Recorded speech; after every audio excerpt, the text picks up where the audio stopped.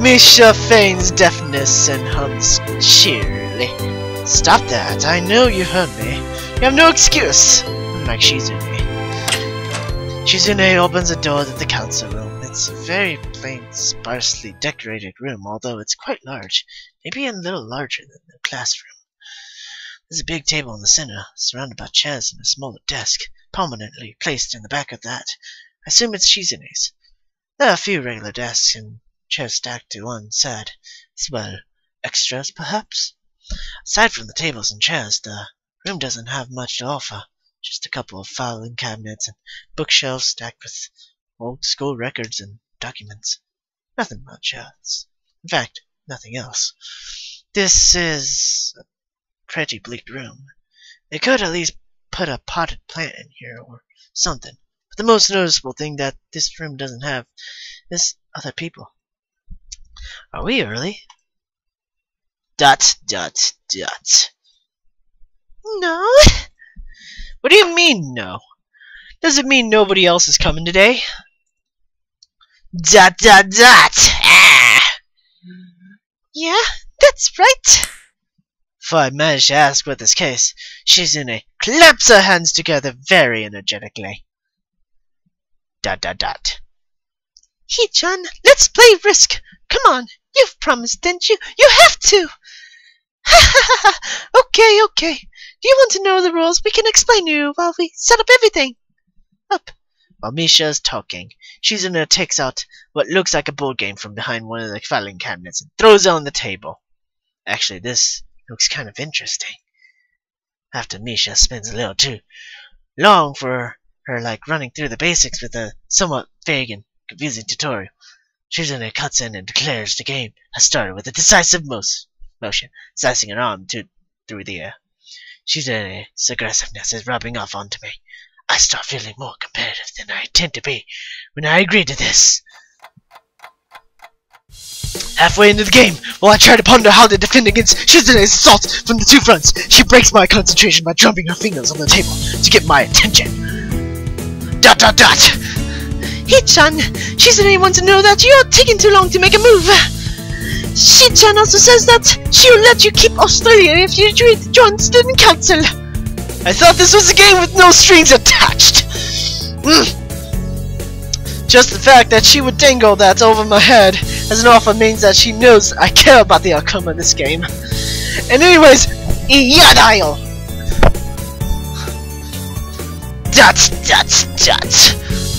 Shi-chan admires your fighting spirit and will be the benevolent dictator who will spare your people if you agree to join the student council.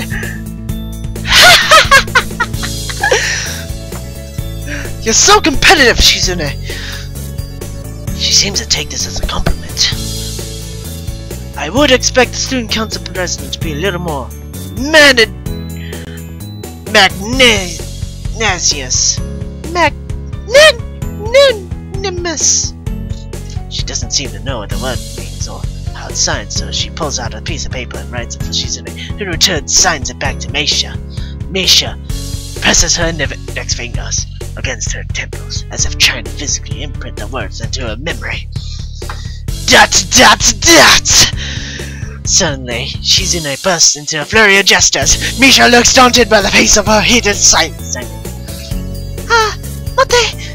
Please slow down, Shi-chan. Hee-chan. Shi-chan says you're going to lose.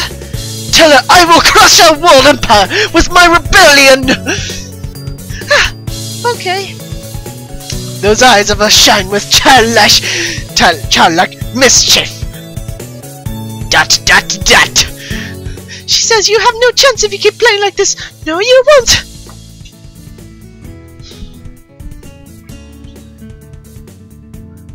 She has a point! Ame! Charge! She's either really mocking me or trying to trick me! I have nothing else to lose, though, so I might as well try something different. Maybe if I spread out my forces and try to control more territories, I can recoup the advantage. She seems to focus on conquering more whole nations, so maybe I can sacrifice my hold on continents to gain more small countries. It's worth a shot. A few turns later, I end up losing the game anyways. Blah. Blah, blah. Shizune adjusts her glasses victoriously and allows her to tentatively pump her fist in the air in celebration. Dot, dot, dot! I win! I win! Yay! There's no need to translate that. It was pretty clear. Don't look so sad, Hee-chan. You were really giving it your best. That's what I thought. Sometimes your best just isn't good enough, though. If anyone knows that, it's me. You did very well for someone who's just learned how to play today. Dot dot dot! Hee-chan, you attacked Iceland and North America at the same time. That's a very daring move. Shi-chan is impressed. Oh no, not the country that I'm living in. Ah! Dot dot dot. The mark of a great people is that they are daring, and that they can follow through. You're already halfway there. Isn't that great, Hee-chan? Dot dot dot. That isn't good enough, though. Just potential isn't enough. There's no point to potential if you don't take the first step. There's no point in that if you don't keep going. I want to say more. You're right, Shi-chan, but that's so demanding. Dot dot dot. Dot dot dot. Shizune leans forward, suddenly looks a lot less playful, more like the serious person I expect her to be from the start. Dot dot dot. Hee-chan, would you like to join the student council? She really doesn't waste any time, does she? But it's only my second day of school, so I'm hesitant about committing to something so early.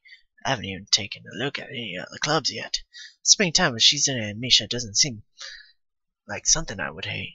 I still need more time to think about it before I decide for sure. Maybe. I'll get back to it. Yawn it. Dot dot dot. Okay, Hee-chan, but I hope you're not saying that so we don't feel so bad. Not really. Really? Hee-chan, if you're gonna say that, you're saying that it's definitely true and there can't be any mistaking it. I know. I guess I should have my revenge for losing at the very least. Shi-chan smiles at this in a mischievous way that feels like twisting a knife in the wound of my loss. Look at that smile, everyone. That is so awesome. I can't believe Shizune can do the dot kitty smile dot. I take a glance at the clock on the wall and realize I've spent far longer playing Risk than I expected. Sorry, I think I have to go. I want to go to the library. It's not closed yet, isn't it? Shizune scratches her head and gestures at Misha. How hard can it be to determine whether the library is open? There's a clock right there on the wall. Dot dot dot. It should be, unless the library is absent. I think you're right, Shi-chan. We think the library is open. It's on the second floor. Can't miss it. I want to show you where it is. No thanks, it's okay. See you tomorrow. Jane. Bye bye. One flight of stairs up and I'm run into problems. Second floor hallway is a carbon copy of the third floor one. Yeah, except with a different picture. Wide, of course, and plain like only hallways can be. The problem is that the library's whereabouts are not as easily determined as one would think. The classrooms are marked with signs stating which class they belong to, but there's a plethora of others unmarked rooms. Is the library one of them, or is it just somewhere down the hallway? I bet one of the latter chose my direction at random. After I turned around the corner, an unmarked door draws my attention because it's not closed. It's not open either, but just barely ajar so I can see it open and nothing else.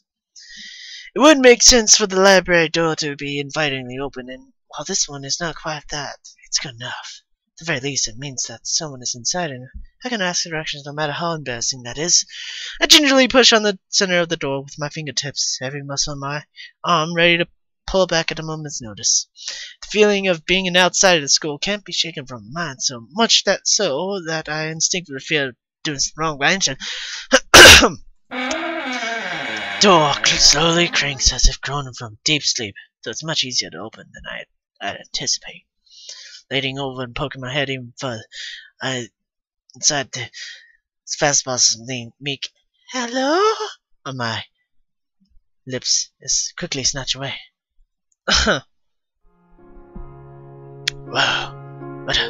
what a beauty! Ah, must, no, I must resist.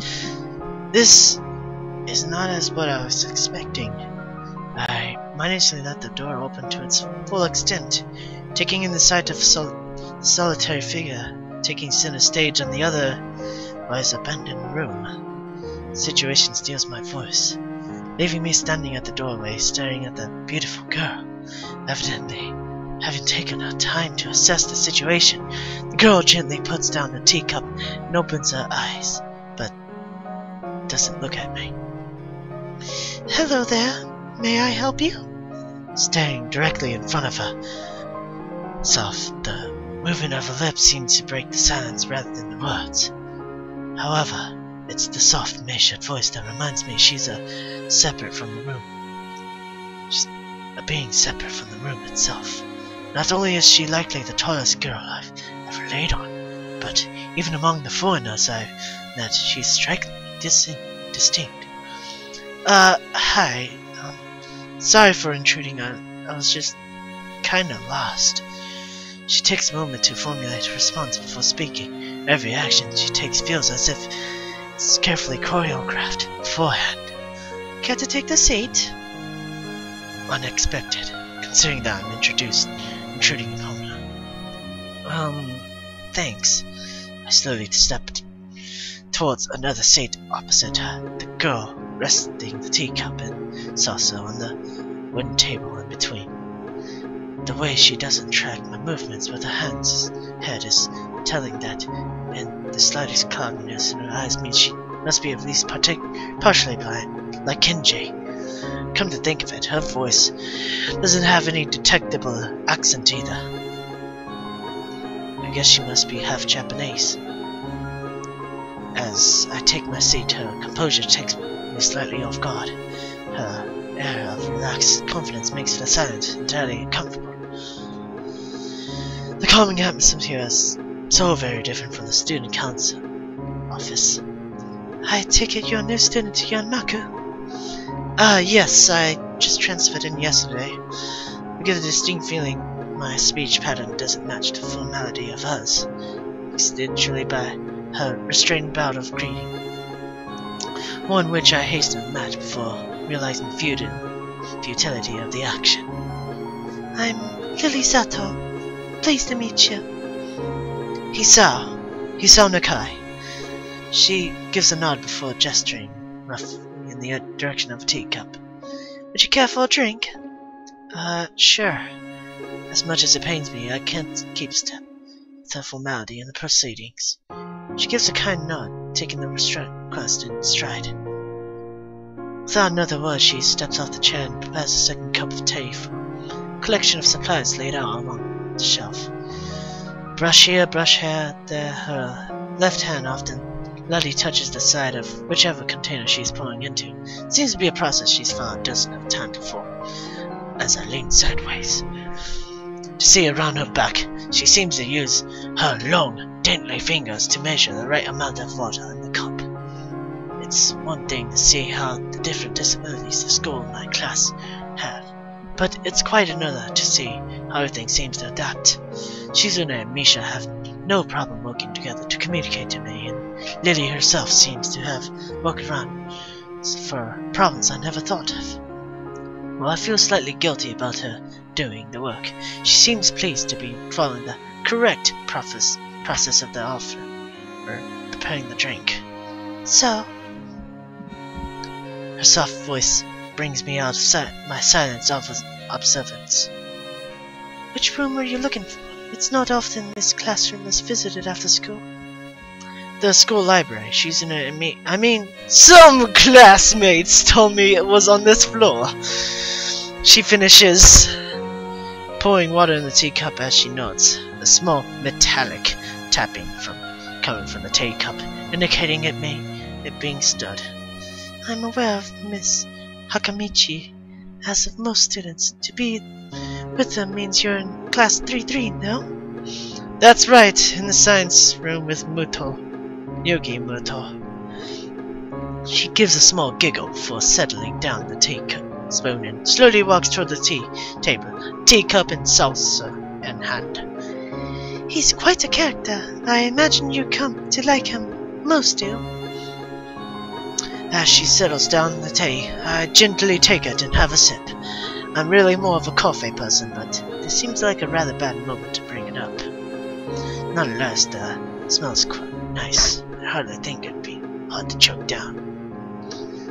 Thanks, Sato. It tastes really nice. She smiles and quickly waves a hand in front of her face. Lily, please. There's no need to be too formal. She says this in spite of her exceedingly well-bred speech. Oh well. I guess I should try and ask her about herself, as it really does seem as if she's catering to me. So, which classroom are you from? I imagine it's one of the third year's class. Correct. I'm in class 3-2, which is on the 3rd floor. Same as yours. It's taught by Miyagi, and it's specifically for both blind and partially blind students. Soka. I meant, Sunimasen. I feel like slapping myself with a Falk's pass. Looking at her face though, she says, doesn't seem the least bit put off by it. My, there's no need to change your speech on my account. Sure. Sumimasen. I guess I'm really showing my newness here.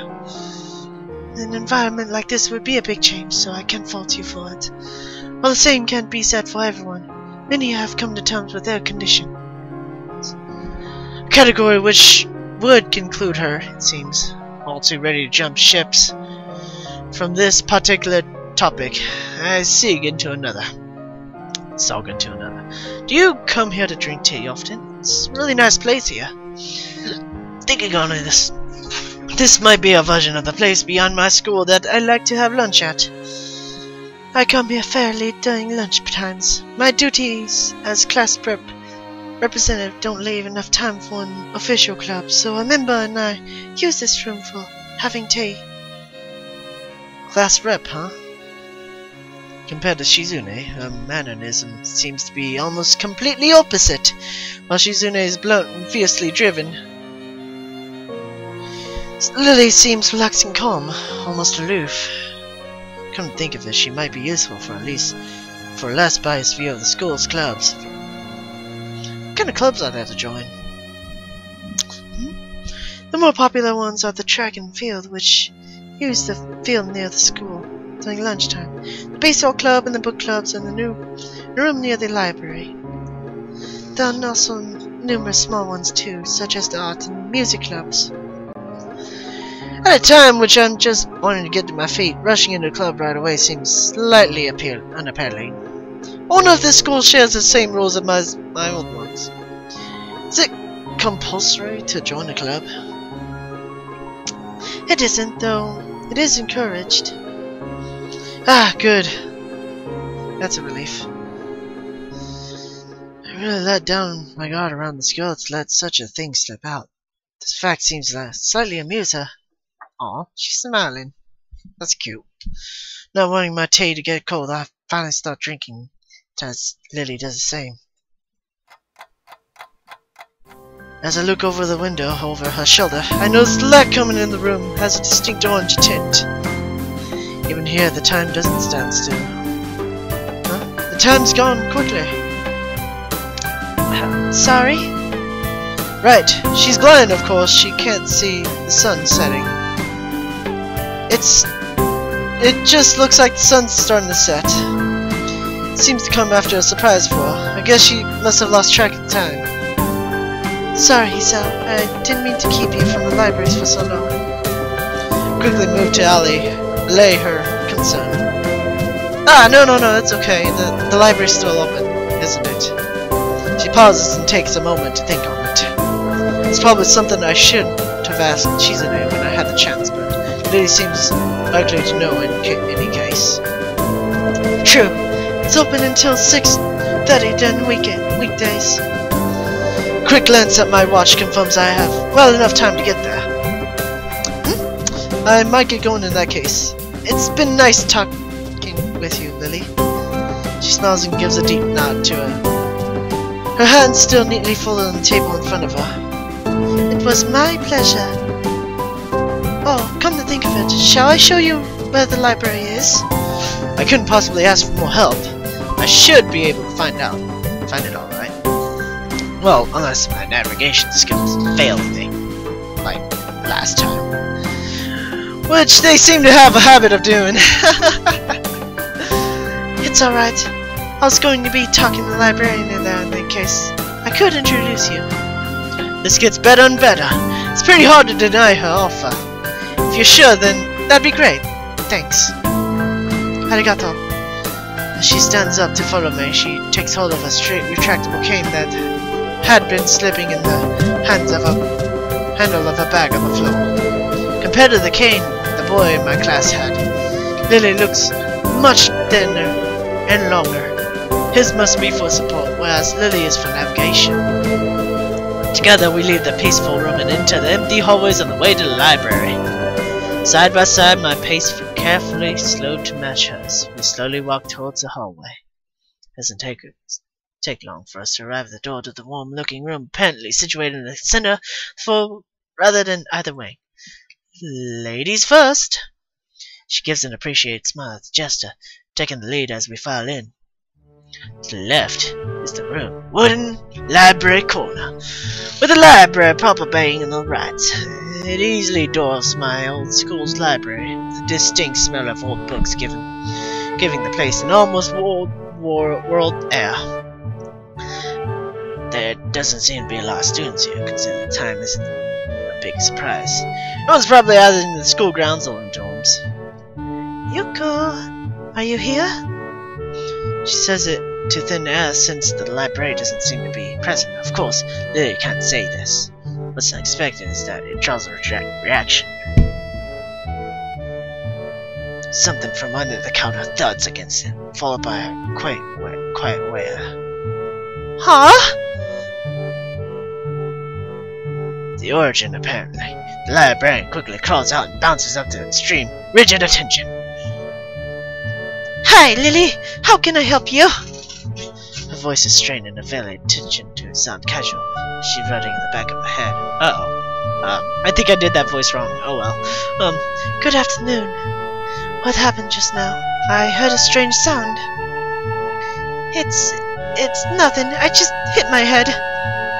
See, I dropped the eraser under my desk and I was looking for the pencil dropped in. I was looking for both of them and you came and surprised me. Are you alright? I'm sorry, I couldn't have known. It's okay, it's okay. Sorry for making you worry. This is nothing. I felt what's happened to me. She quickly reversed Lily's apologies, almost frantically trying to push aside the possibility that she could be in any way inconvenienced by bashing her head onto the counter. Yes, what things had happened. The girl fidgets with her fingers as Lily doesn't seem to drop her concerned expression. Then she shuffles some paper around the counter for no reason. A little shorter than Lily, replaced with glasses, freckles, and a very troubled look. She seems to fit a library perfectly. Ah, Lily, did you get my message? Message? Oh, the 2 imported books that arrived? Right. They finally came. I can't believe it took so long, but... Amidst her celebration, partially for managing to change the topic, I'm sure she notices me from the corner of her eye and freezes on the spot where she does. Oh no, I'm sorry for not noticing you before. Did you need to check out a book or return her? I'm sorry. The way she can so quickly shifts between moods is a little unsettling.